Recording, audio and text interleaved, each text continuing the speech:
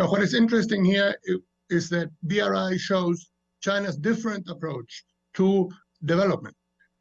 What China is saying is infrastructure and connectivity, as has been said, are critical to be able to promote development. This is different from the traditional Western approach, which relies basically on macroeconomic equilibria. That approach says, as long as you get inflation under control, you create the right business climate, things will happen and development will come into its own. Well, it doesn't always happen that way. What China is saying is, you build railroads, you build highways, you build ports. And that is very important to foster development. So that's number one.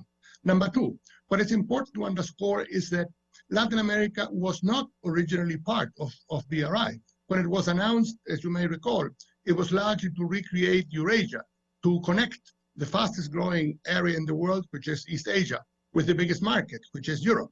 It was only a bit later that Latin America came into the picture. And that is because Latin America itself, and I was involved in that, was interested in that to happen. So from recreating Eurasia, BRI evolved into basically a development program for the global south.